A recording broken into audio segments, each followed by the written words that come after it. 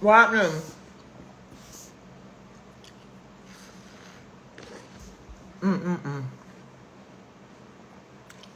What's up, y'all?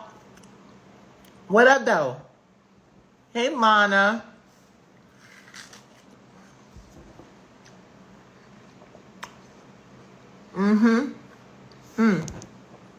Uh-oh.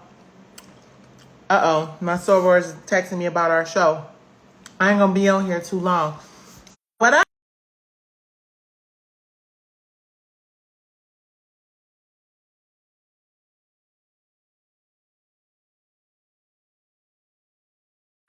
I'm good. Coming back from rehearsal, trying to hydrate. We got a big one coming up, you guys. We're about to be in Philly, Philadelphia. I always love having shows in Philly. Philly is like one of my favorite places. Philly is one of my favorite places to perform with Brownstone, because it's just like, it's crazy because I'm from Detroit, which, you know, I rep all the time. I'm from the D. And Aaron and Lex are from New Orleans. And my husband's from Philly. And when I say just musical cities across the board, it's just, you know, amazing to me that we have such musical, you know, people in this group. And it's just amazing. Let's see what's happening right here. Let's see questions. The response, hey, Nicci, you know if they going to give y'all, yeah, I love Brownstone, you guys. They gonna give y'all a Brownstone tribute for the Soul Train Awards. Come on, let's speak it into existence. Soul Train Awards, we need a Brownstone tribute. Holler the girl. I'm sorry. It's kind of rude to be eating, but I see people do it like the DSMR videos, or people eating and stuff, and then I see other people eating on their lives, and I was just sitting here eating, and I said, I just want to holler at my people because I ain't talked to y'all in a minute and see what y'all got popping. But every time I'm trying to break it. Okay. Every time I try to eat and go live, I don't know if I get distracted with the food or if I just feel like I'm being rude. But this right here, thought something about watermelon. This is H3O.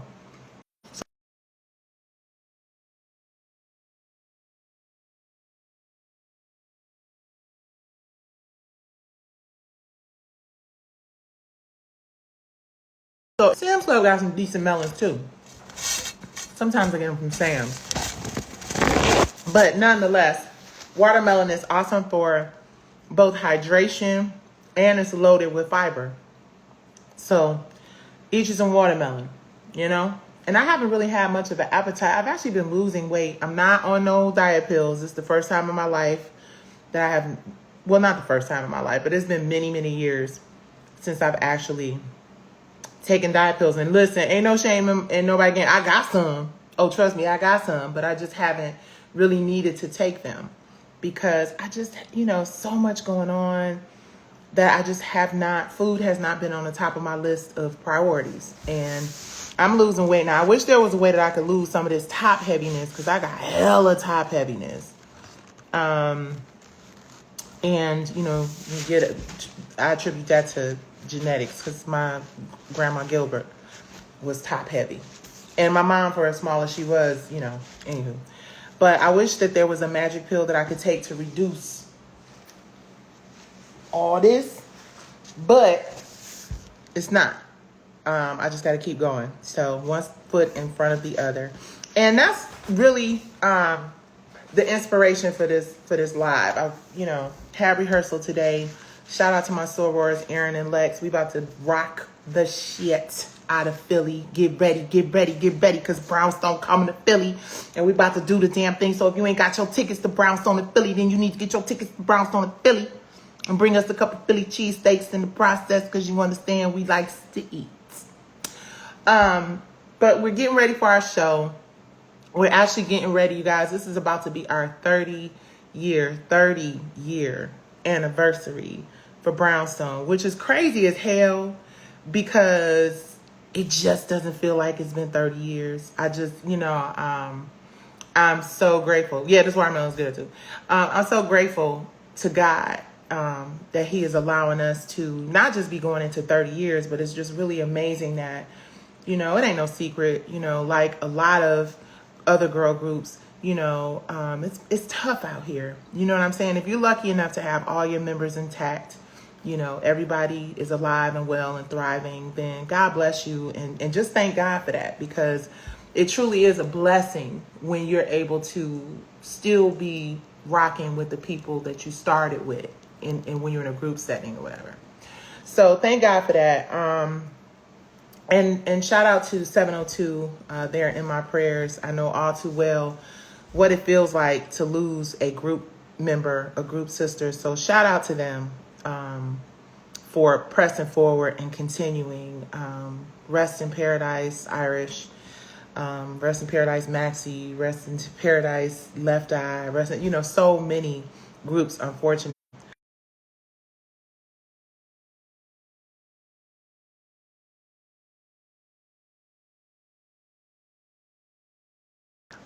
To be going into 30 years with this brownstone thing, like, that is phenomenal. It is just a blessing. And I was watching some videos and I saw Misha and Mila talking about, continuing the legacy of 702, to honor Irish and their sisters. And, that's the same thing we're doing in Brownstone. We're continuing the legacy. We're just really grateful that the music continues to live on and that the Brownstone sound continues to inspire people, and people still want to come and show up to the shows and whatnot. And it's been hard. I'm not even gonna hold y'all up, because, some of the things you all do know, and a lot of the stuff that, I've had to go through here over the past couple of years, a lot of you all don't know. Y'all do know I'm fighting a Goliath. We understand that. That's why I probably got 5 followers on my live right now, right? Because the UDA, my affectionate term for owners of the algorithm. If I was like doing some wild, crazy shit, cussing somebody out, flipping over some tables, scamming people in real estate or other things, then, I would have like 50, 11,000 people in here. But because, this is a positive space and a space where good things happen, I'd like to just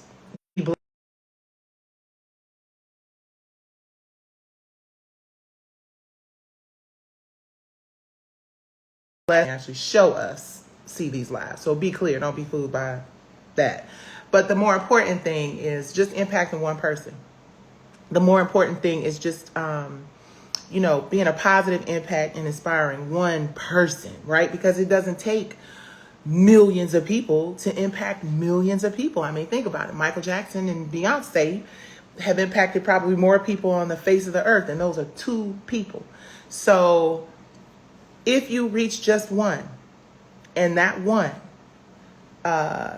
is a changer, is a freedom fighter, is a warrior, can take some steps and do some necessary things to change the world for the better, then, I'm doing my job. So that's the reason why I get on here and talk. And let me tell you, these people hate, by these people, I mean Stars, Lionsgate, Pvalley, Katori Hall, all them that's watching me right now. They've even admitted that, go look at the Pacer. They done pulled my lives and posted my lives.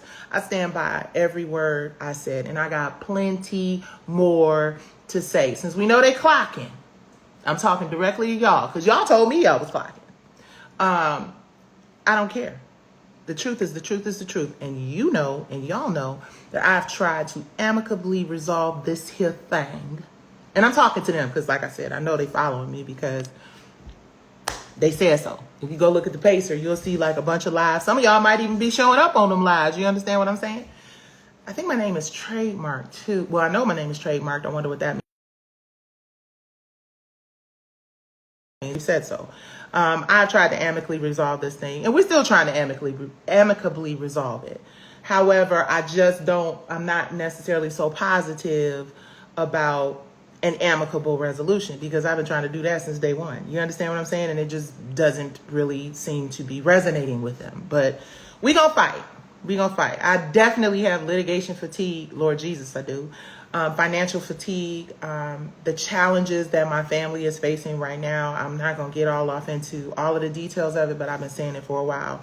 Horrific. We have some really horrific, awful, terrible things happening in our family right now. Y'all might hear about it, but we're not talking about that now. What we're talking about now is the grace that God has given Brownstone to be able to continue to push through.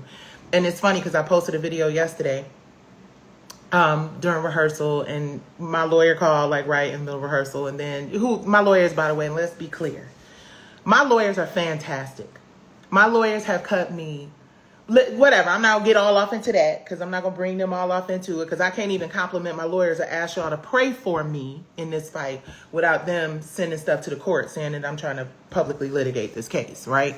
And I'm really not. I just believe that prayer changes things. I believe that people being informed is important.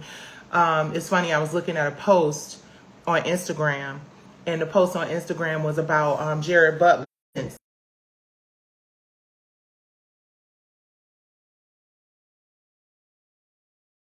Oh boy, do we have some surprises once we get to trial? And we're going to find that out hopefully next week. We do have a hearing Monday. They don't like me talking about it, but it's public. You can go pull it up. So, we have a hearing on Monday. That hearing on Monday basically is that they want to, although they have not hired an expert to evaluate their stuff, or at least I don't think they have. I haven't seen anything that shows they have. They want to get the judge in the court to throw out it's not my expert's report because I've never spoken to the expert. It's just an expert that you hire based on like a long list of experts. In fact, some of the experts that we talked to had already, been engaged by them and couldn't work with us. So it's a very neutral space that the expert space is in. And the experts, I've never talked to them. They just kind of review the case and review everything, and then they come up with their expert opinion. And most experts won't risk their career as an expert, saying something that's not true, right? But Monday, what the hearing is that they want to have the expert report thrown out, right? And, hey, listen, I'm not arrogant enough to say that I'm absolutely 100% certain that my case is going to be able to go forward to trial, because I'm not. It's a lot of crazy stuff happening in the world. I'm 100,000% faithful. I'm 100,000% that I'm telling the truth. And it's interesting because, one thing I kind of observed is that, like, I'm looking at the stuff with the DJ Envy thing, right? And I'm just looking at how far this thing has gone. Like, people are just like, oh man, that's all they're talking about. And we're gonna talk about it too. Y'all, I got so much shit to announce. Baby, we got rams in the bush. And it's some horrible shit happening in my life right now. Like, there are things that are happening in my life right now when y'all finally find out by virtue of the book and the docuseries that we're filming right now. Can't give y'all all of it, but like, I have people in my family battling, very, very, very, very difficult health crisis that we've been dealing with. Shit. When you're $1 million, 7 figures into litigation, financial crisis that we're dealing with. But they just got the right one, because I don't care about people knowing the reality and the truth of what I'm going through. Like, I'm not running around here trying to be no rich bitch. You understand what I'm saying? Like, we've been in the litigation for about to be going on 4 years. My grandson was 5 when it started. He will be 9 in 4 months, right? So I'm not pretending like this shit is easy. I'm not pretending like I came from my parents dying, COVID, to a lawsuit. And what's crazy is I did a podcast interview the other day. And I've been holding off on podcast interviews because, honestly, I was really trying to just hoping, based on these health crises that my family has been facing right now, based on a bunch of other stuff. And trust me, the person that's going through health crisis, like, bitch, you better ask in my neck. Like, you know what I mean? I'm like, no, I can't do it. Y'all ain't going to tell you. Like, I felt like a house fell on top of me, kind of awful shit happening with people I love. And it's their story, not mine, so I'm not going to get all off into it. But I felt like, and I was like, I quit, or whatever, because, of course, last time I was in the litigation, I literally lost Maxie a week before the arbitration. So I always had this, like, paranoia. I'd be transparent with y'all. I've always had this paranoia. And when things start to look a certain way. And like one of the people I love most on the face of this earth, two people, you know, three, I'm leaving folks out. No, I'm bullshitting. Four right now, life and death pretty much situations in my family. And to be going through a litigation for this amount of time and spending this amount of money when these people haven't hired an expert to refute my expert report, but they just want the court to throw it out. When these people are sitting here telling me that these are, although they may be a little similar, it's not protected. Well, if my story that I wrote, that is the exact same beginning, middle, and end of a story that allegedly Katori Hall wrote,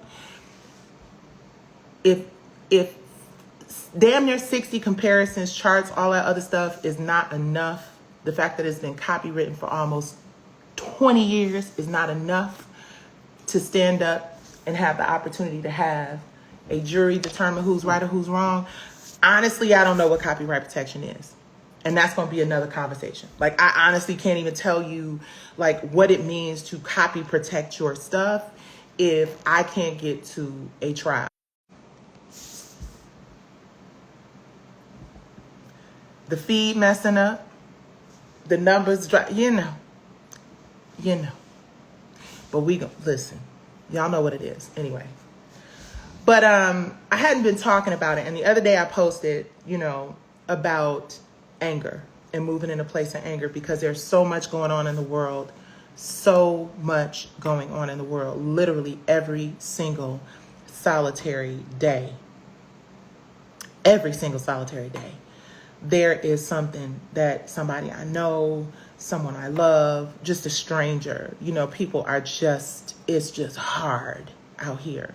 And when I see the images of the children and I just see that everybody's fighting and there's so much hostility and there's so much anger, I really said, okay, you know what? I said to myself, myself say, I got that from David Man, y'all. But I said to myself, I cannot allow this, everything I'm going through to prevent me from doing what God put me here to do, which is put positive energy and light into the world in real life, and not because it should sound good, to share information as I get it so future generations have a better understanding of how to navigate the bull sugar honey iced tea that happens in this business, and to use my gift, music, song, creativity, to help inspire people. And I think that that's a big part of why we have so many issues. And don't worry, y'all, this live is going to stay up unless they try to like destroy. You know how they do. Get the knowledge now, because they reduce your numbers, they reduce your reach, and then all of a sudden the live just goes berserk, right? We gonna still, whatever. We got a solution for that. Trust me, we've been working on it. And we got some amazing, incredible people in our corner investigating a lot of things that have been just happening out of nowhere. And we're going to get to the bottom of it. Hella high water. But anyway, yeah. They really is crazy, which is why WIRF Media, make sure you go to Worth. I was looking at Isaac Hayes and he was talking about what's going on with him. Y'all share this live. Make sure you tell people because, again, if this was information to destroy people, if this was information to degrade and lack morals and integrity, it would be reaching tens of thousands of people. But because I'm telling the truth and shaming the devil, then there's always this little stuff. But you know what? Like I said, we got some folks, thank God, just recently who have come to the table and said enough is enough. And I'm so grateful because I've been waiting for these people to come along with the enough is enough of it all. And they have. And we got some surprises for every single body. And they so smart. They like, we going to communicate via, well, whatever. Anyway, so that is irrelevant. What is relevant is we do have a big hearing coming up on Monday. So I want you guys to pray. Please pray.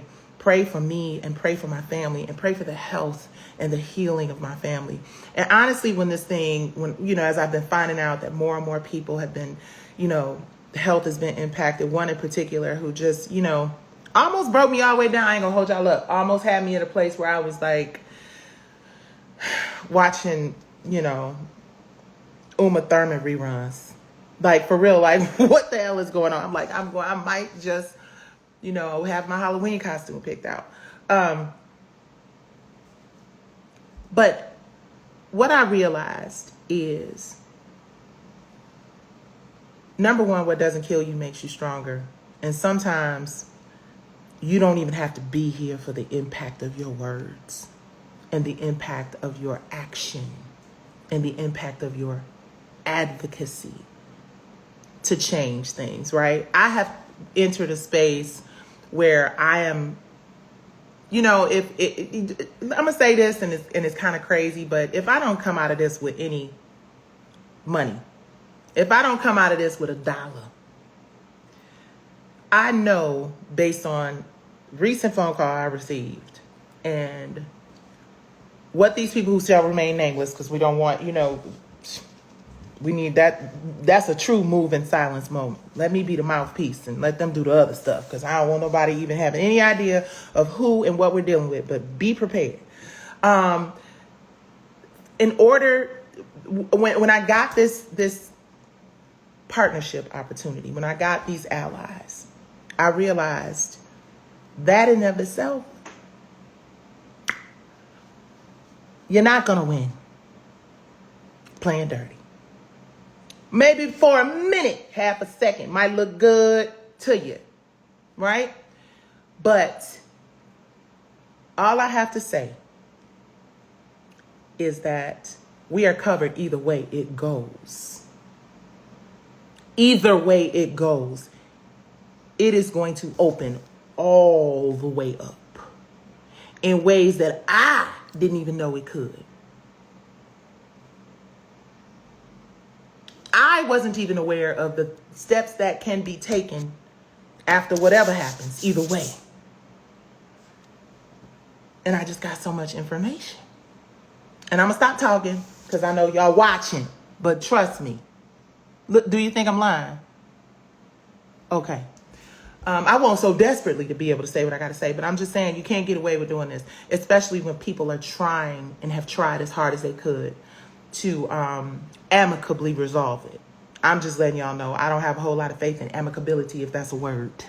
And I'm really actually looking forward to this situation over here, because this situation over here is truly, we named our company No Ego. This is truly not my ego, because I probably not go directly benefit from it as much as I would like to. But generations after me, moving forward, as powerful as people think they are, there are always people collectively who are equally as powerful or more. I don't know. We gonna see. But I just thank God that no matter what happens here, y'all, no matter what happens, I just, this is the true meaning of just laying on the sword. This is the true meaning of risking everything.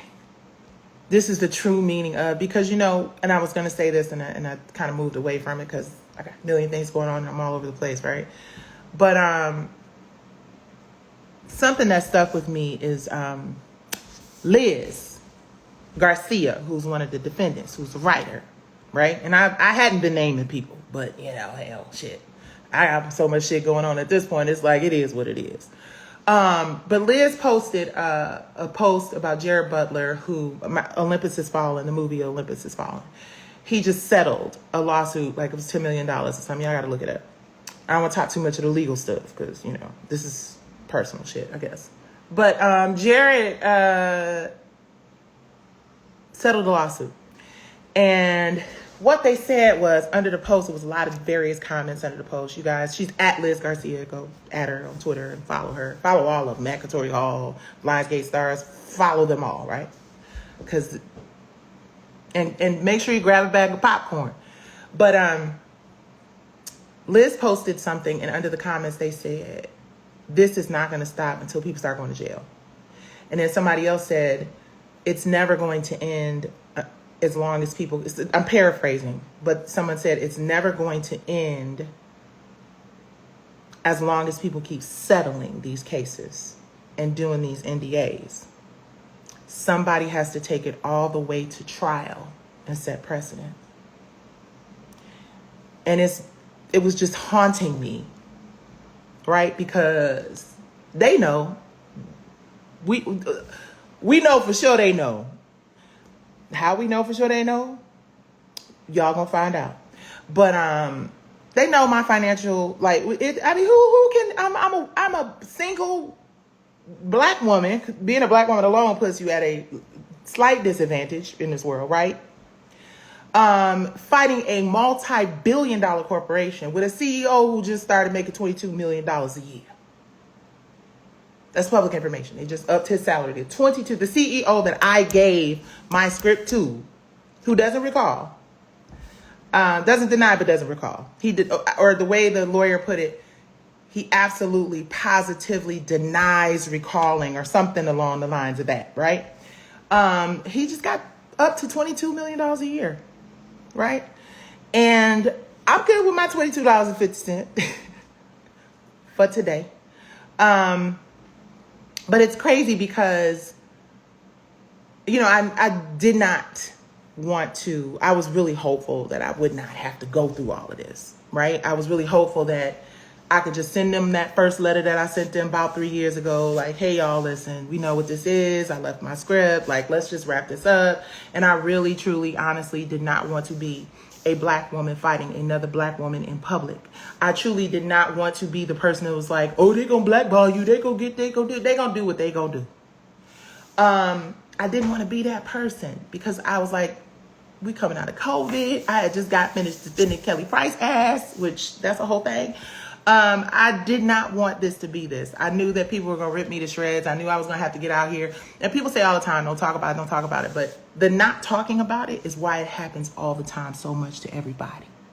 And I truly wanted to be one of those people who was not talking about it and did not fall into the category of, you know, this. But unfortunately, my choices were to either stand up for myself and stand up for my family and make sure that my grandson and my nieces and my nephews and our new granddaughter and future generations of people in our family could benefit from my intellectual property, that people could benefit from the things that I created, the stories that I created. Y'all didn't see that. Y'all didn't see that. Gentrification in Detroit is a very real, or was, a real thing. The stories, you know, this, again, there's nowhere I could go and pitch this as a series.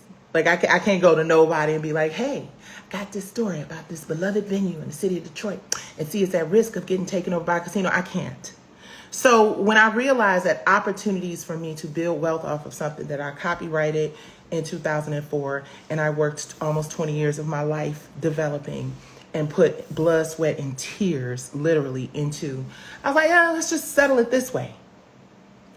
And basically it was like, oh, this bitch ain't tethered to reality. You better go somewhere and sit down. And I was like, please don't do that to me. Don't just, you know, treat me like another young creative who doesn't know the value of ownership of intellectual property and how ownership of intellectual property is the only real way for people in this industry that I work in to build generational wealth. Bump all of them free real estate seminars and shit. And this is no shade to nobody. And I'm not trying to come against the real estate people, because there's people out there that's really doing it for real in real life. But when you are in the entertainment and sports industry, which has the highest number of billionaires, black billionaires, right? If the highest number of black billionaires is in the entertainment and sports industry, right?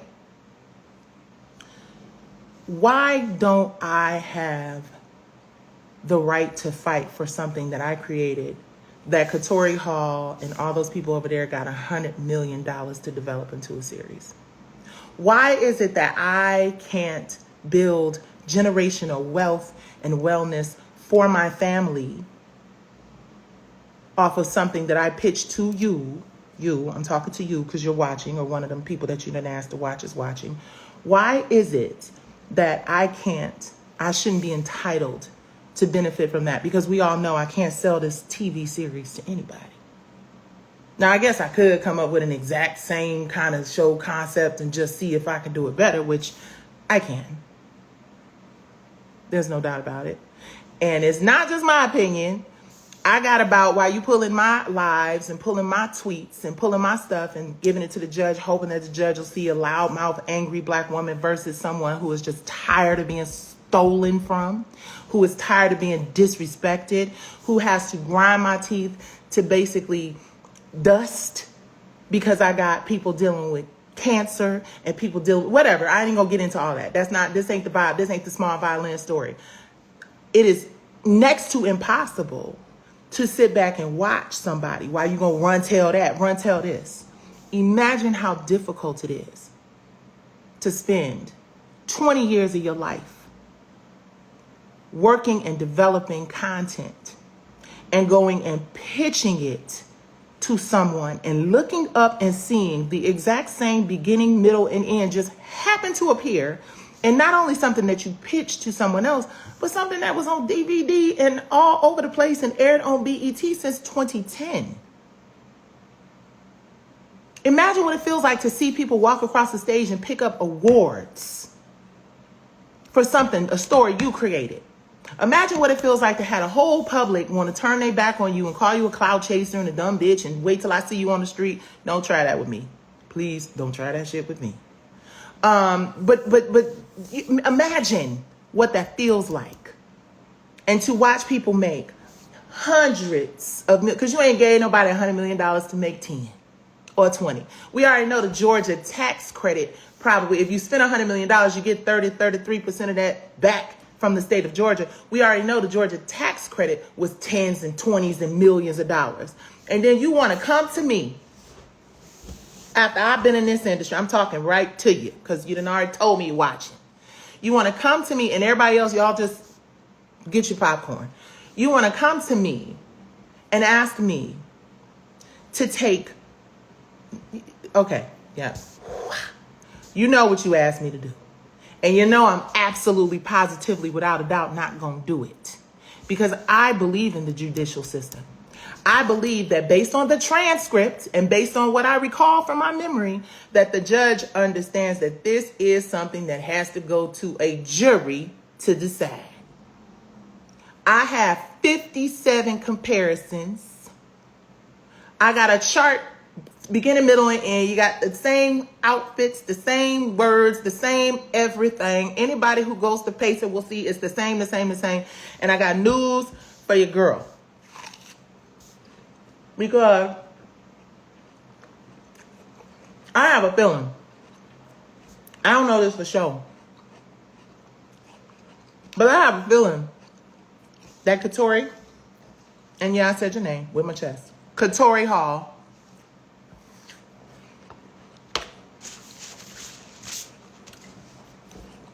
I have a feeling that as a writer, she's got to be a little tiny bit concerned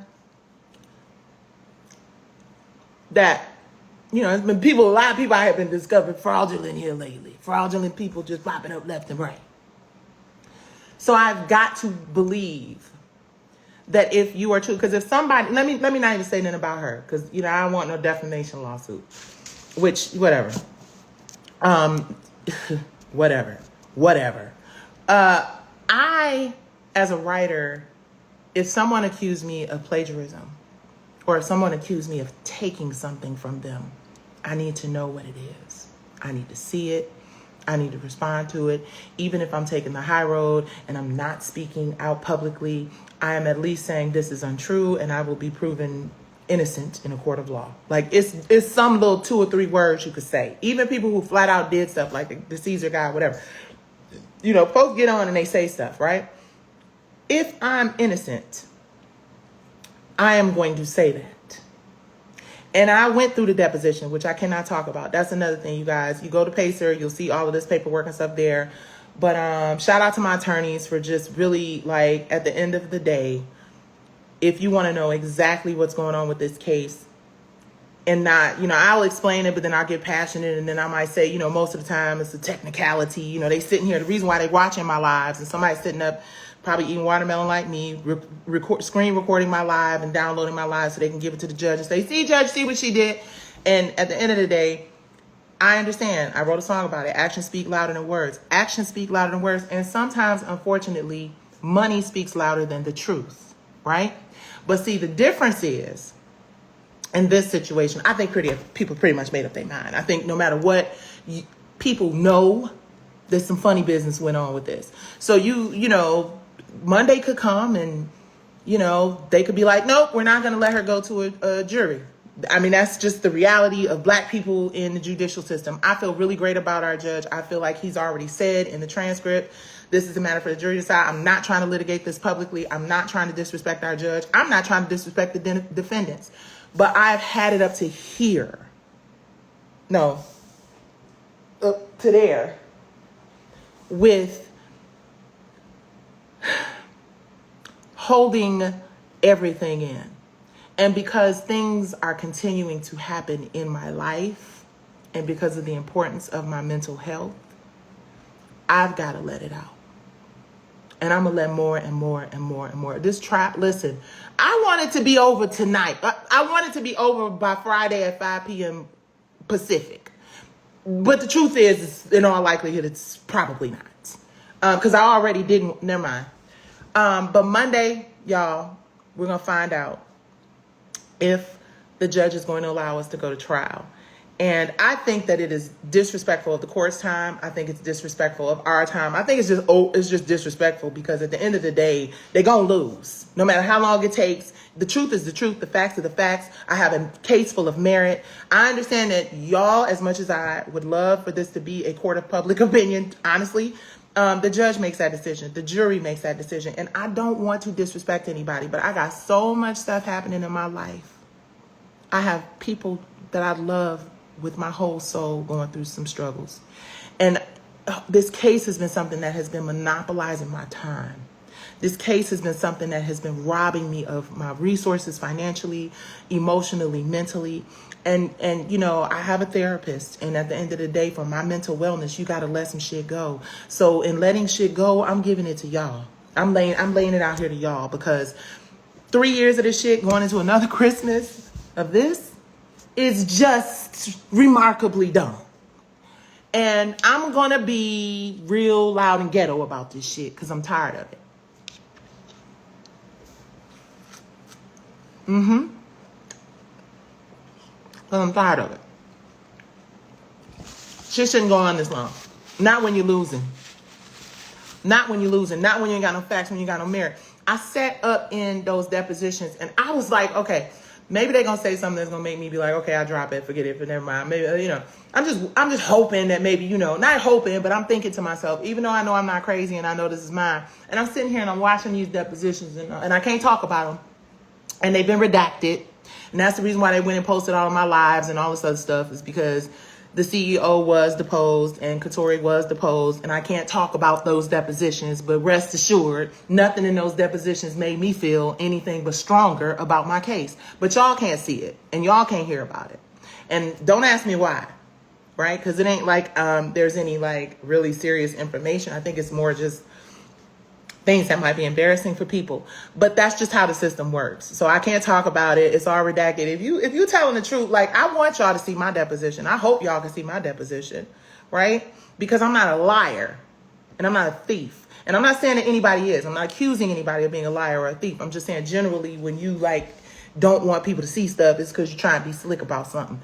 And I'm not doing that. I'm not, you know, holding out and like, you know, no, don't let nobody see that and black that out and all this other stuff, right?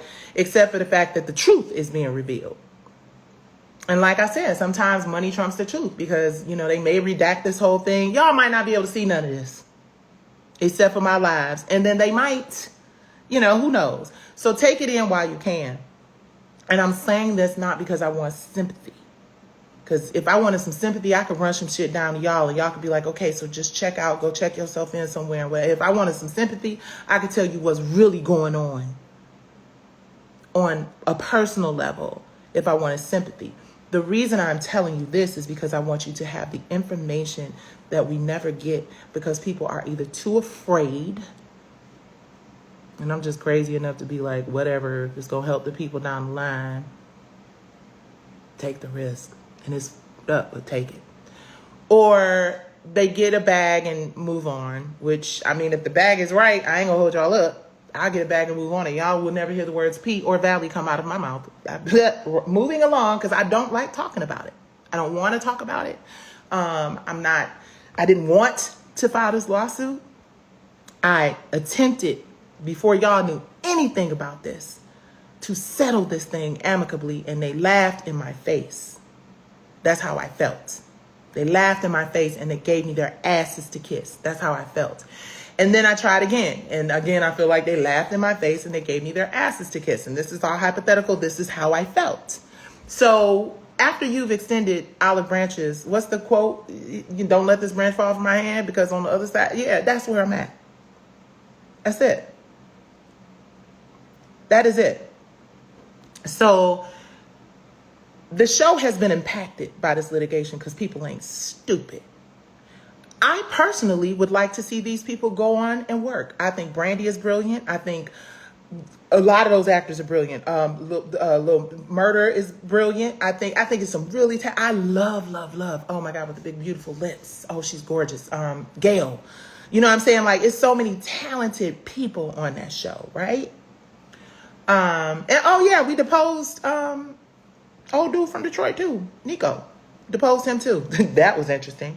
I don't think his deposition is going to be concealed or whatever you call it, but hopefully eventually y'all get a chance to see all this shit. Or not, depending on how things go. But my point is just, I would like to move on with my life. I got a bunch of amazing, incredible, creative things happening. You guys are going to be hearing about that any day, any week now, as soon as the network gives us the people give us the go ahead. But it's going down. And unfortunately, it's going to be bad for Katori Hall. And it's going to be bad for everybody attached to that show. Because guess what? I'm telling the truth and shaming the devil. And y'all are going to be entertained. Y'all think y'all get it on my lives? It's so raw and real and uncut and authentic. And, you know, I put it off for a long time because I was like, you know, maybe they'll come to their senses and we'll wrap this up. But it doesn't look like that's going to happen. It looks like we're going to continue to fight and we're going to continue to go forward. But if they did come to their sense, I'm letting y'all know right now, this should be over tomorrow. Because I've done my Superwoman gig.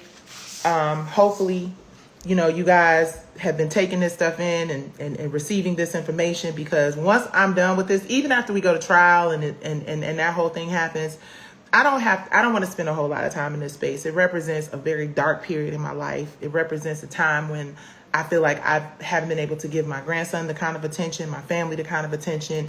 Like I said, we literally, like, I'm not even exaggerating. We probably had close to 7 or 8 people in our family died over the course of this thing. And it's just been a journey.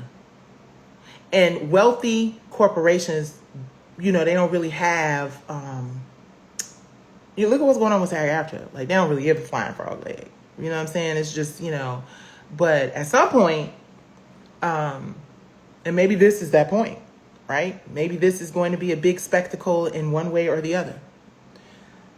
People are going to have to pay attention. And all creatives want, right? This is the craziest shit in the whole world, y'all. This is the crazy shit about this whole situation.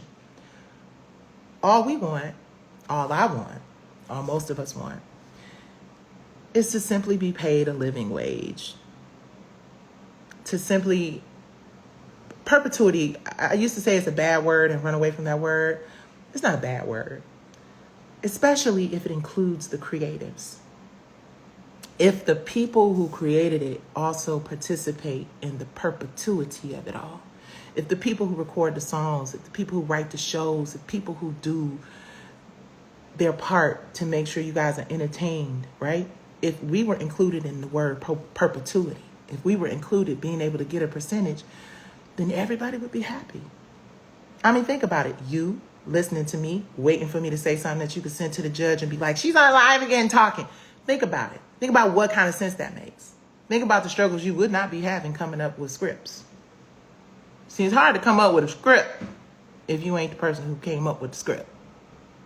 Everybody be making money. People be working. Wouldn't have to pretend like the reason why the show ain't coming is because of writer strike when allegedly the scripts was already done. Like, you know, it would just, all the pretending and bullshitting would be over and we would be in the business of making money. And that's the thing. It's not even really personal for me at this point. It is all business.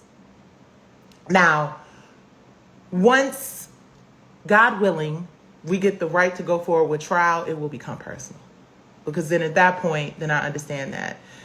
Like the person said, you know, because that's been haunting me, just to be completely honest with y'all. What's been haunting me is the person who said, it's never going to get better for us unless somebody doesn't settle and takes it all the way to trial. And that is, ooh,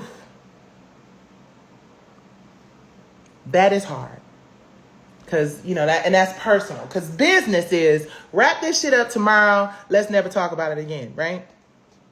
Personal is this judge grants me the ability to go to trial, right? Because right now we don't know. I mean, all the cards are kind of laying in, what you call it? You know, they're kind of leaning in the direction of y'all about to get denied your summary judgment. We all know that. Y'all see me. But there's always the possibility. So as long as there's a possibility, I'm like, shit.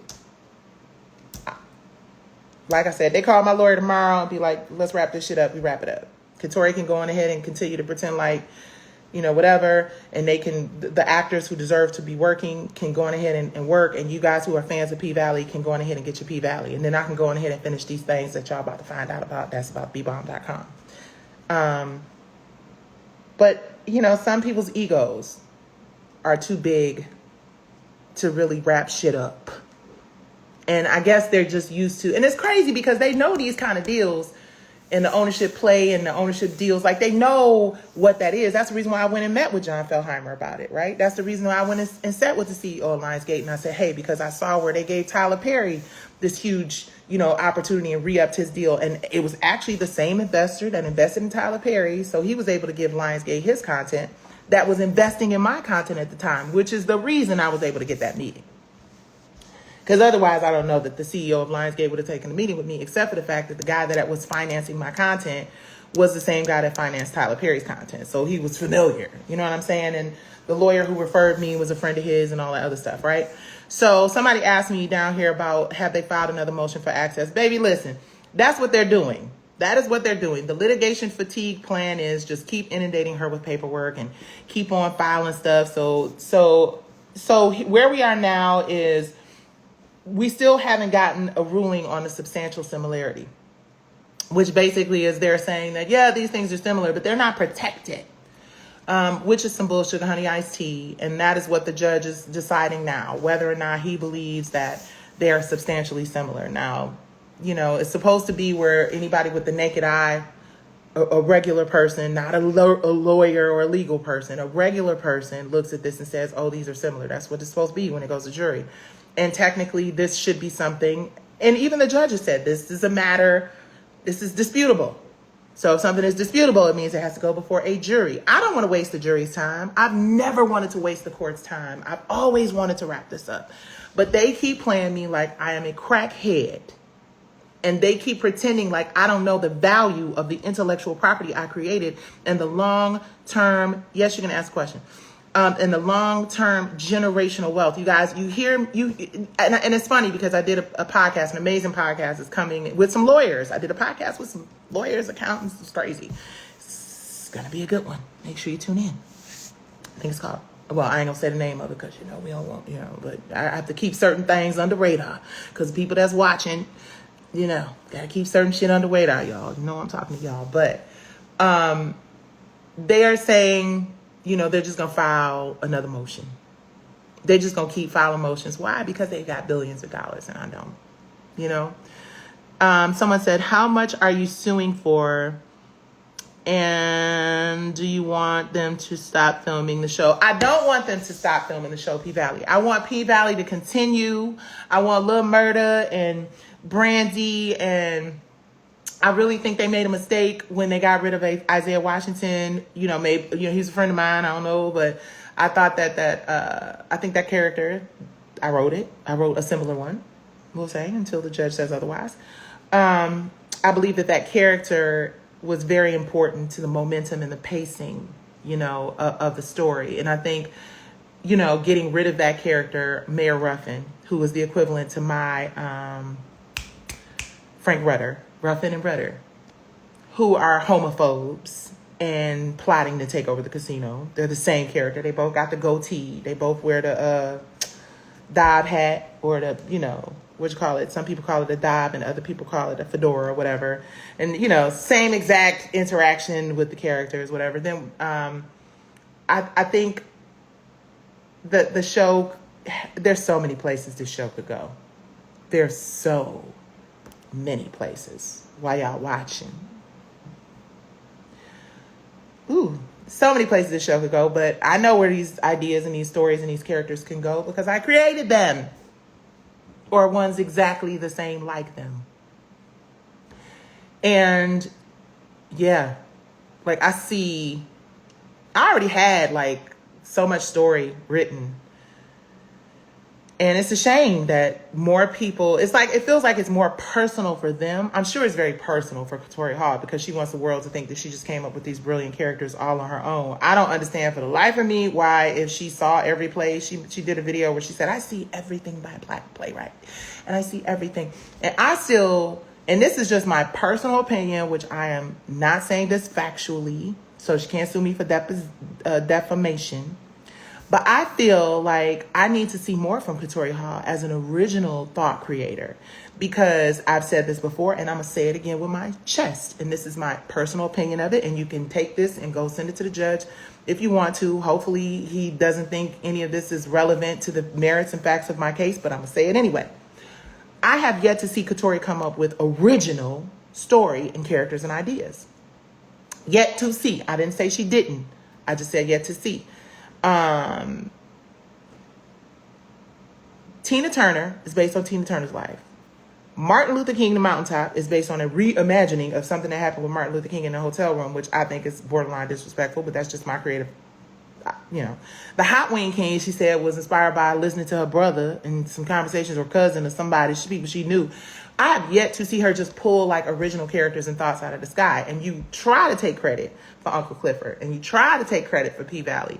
But at the end of the day, if you saw everything, Katori, I'm talking directly to you, you should have known that Soul Kids Cabaret was out there. And you should have known that they were too substantially similar. Like, ain't no way in the world, like, I would have wrote Soul Kittens Cabaret if I knew that P-Valley was out there. Like, if I looked and I saw P-Valley anywhere or heard about P-Valley, because this industry is very, very small, like, I just wouldn't have wrote a character that, LBGTQIA character that owns a male-oriented club. I wouldn't have put a red suitcase, a girl arriving with the same color suitcase in the beginning. I wouldn't have had a girl that works in the club saving the club at the end. I wouldn't have had a new girl coming from out of town moving into a little shithole motel. I wouldn't have had, the LBGTQIA character and the homophobic character going at it over a casino build and a gentrified. Like, I wouldn't have just had the same exact story as somebody else if I was you, Katori. I just wouldn't have done it. I would have came up with something more original. But that's me, and that's the difference. Yeah. Someone says, or she should have contracted you. No, see, that's the thing. And this is very important. She shouldn't have contracted me, and she couldn't have contracted me is probably the better way to say it. She couldn't have. And the reason why Katori couldn't have contracted me, and the reason why Stars and the CEO who I met with couldn't have contracted me at that time is because I, by that time, was very clear that I allowed myself to be contracted for R&B Divas, even though I created it. You feel me? I allowed myself to be a work for hire as an executive producer, and I'm still on it. They can't do the show without me, and I own the trademark, and me and TV One is real good with R&B Divas. It's a couple other sticks in the spokes and holes in the mud or whatever you want to call it, but we won't talk about them here. But I was a work for hire, for lack of a better word, a glorified, sort of elevated, because I got a co-executive producer and executive producer title. So by the time I went into Lionsgate and pitched the CEO of Lionsgate on my show, this wasn't about being contracted or being a work for hire. It was about me recognizing that in order to be as successful as a Tyler Perry or a Byron Allen or an Oprah Winfrey, as a creative who comes up with really amazing creative ideas, that I have to have some ownership, and it was about partnership, right? So if someone had come to me and said, hey, let's partner on this, let's partner on elevating this and making it whatever, then we're having conversations that make sense to me. And it's not about ego. It's about the fact that I understand after 30 years in this business that the only way my family and my legacy and we can eat and my grandson can definitely go to school, college, and we can start our own businesses and we can build and we can grow. The only way it's possible is for us to have partnerships where we have equitable interest in what we create. It came from me. Period. In 2004, at a time, I started in 2003, all of those words non-binary, gender fluid. None of that was even a part of the vocabulary of the LGBTQIA community. And one of the things that they're saying, oh, her character is a gay man and our character is an gender fluid, non-binary. First of all, the very first draft of Tata Burlesque that I sent to my friends to read described him as a flamboyant, over-the-top drag queen with da-da-da-da-da. And one of my friends, rest in peace, Jason, was like, you have to soften up your language in this community. Like, people, we were just figuring it out. So the audacity to try to separate the gender fluid from the LGBTQIA gay man and labeling, that's the issue. That's the problem with the community, if I'm correct. That is it. The characters are the exact same. They're the same people. They look the same. They got the same mannerisms. They say pretty much the same shit. They serve the same purpose in the club. The characters are the same. Their struggles are the same. One of the girls wants to save the money to open up something better. The evil mother and the good mother. The grandmother and the mother. You know, it's just, there's so many nuances. And so there's 60 of them. 60. And everybody who has seen it agrees. But we got to wait to see what the judge says. And the judge is going to let us know whether or not they're going to strike our experts. Listen, the expert made it very clear what we all knew. Again, I've never talked to the expert. I can't talk to the expert. But he understood what was going on. And the bottom line is we all believe, and we don't know this to be true, but we all believe that this is why. People ask, well, why would they take your stuff? I said this throughout this whole conversation. When I went in to sit down and meet with the CEO of Lionsgate Entertainment Group, because my lawyer, who they all know each other, right? Now, you guys can't see his deposition because it's private.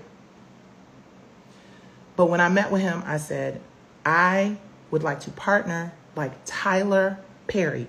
You just announced Tyler Perry and how you guys have partnered with him to do his projects. The same investor that invested in Tyler Perry's project has invested in my projects.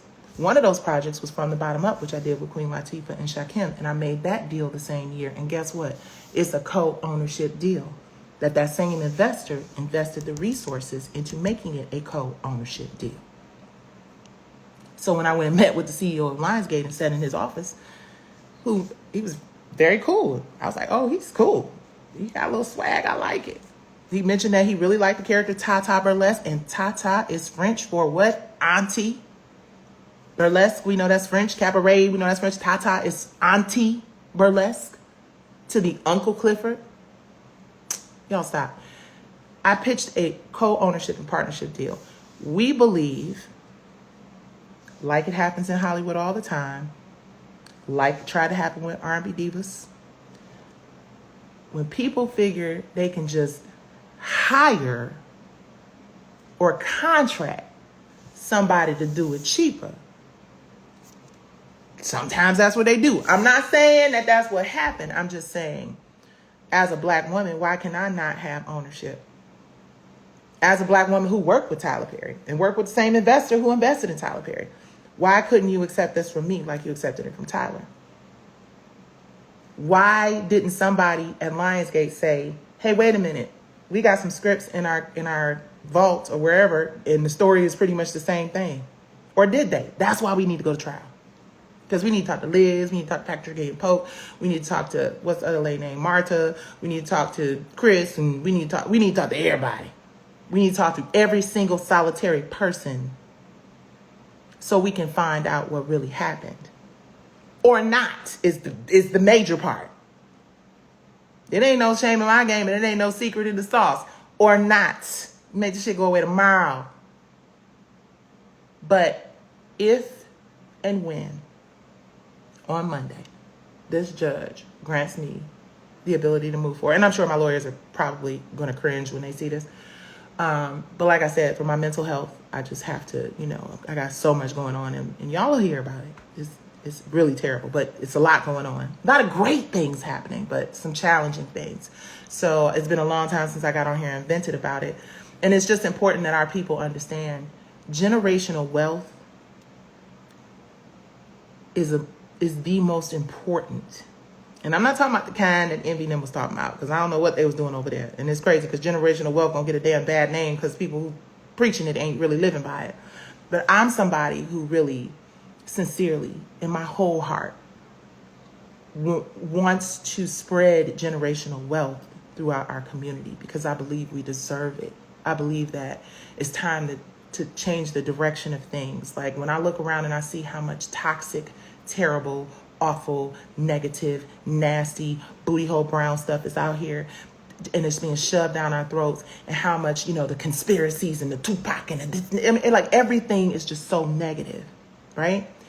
Those of us who want to inspire our people in real life, those of us who want to create content that takes us to a place of like positivity and light and love, and like our kids can learn. And it doesn't have to be preachy and it doesn't have to be corny, but just like some shit like R&B Divas. Baby, R&B Divas, honey, I just found out that we the number 2.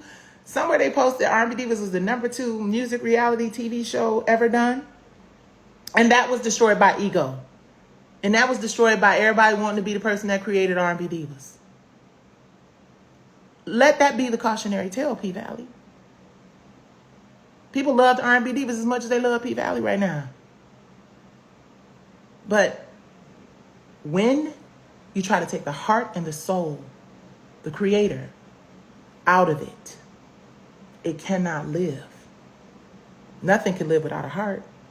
Nothing can live without a soul. It's just some dead shit existing. And that's what the entertainment industry has become, some dead shit existing. And we're not going to participate in that because we speak life.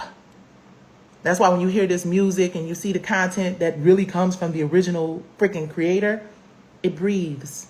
There's life. R&B Divas tried to go a few seasons and play me, and that didn't work. Pvalley tried to go a few seasons and play me, and it's not going to work.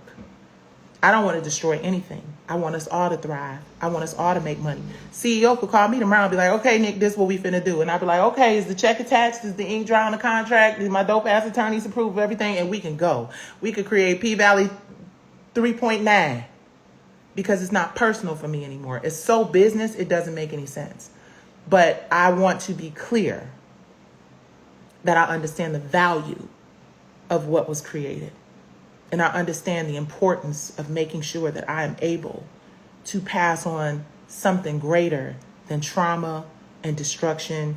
Y'all, I could be drinking like a sailor right now. I could be high as hell right now. I could be depressed as shit right now. And I go through my moments of like total breakdowns, I unplug when I need to. But this is what I do for a living. So I got to get out here and entertain the people because this is what I do. And I need y'all to come see us in Philly because we about to be doing that damn thing. But also I understand the power of community, and I understand the power of getting the word out, and I understand the power of just one person. And the reason why I know that is because when y'all find out the people who reached out to me to help me with this.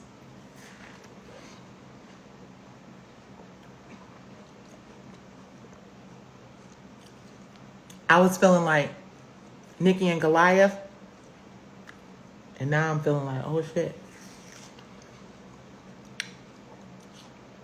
Back up from the strangest places.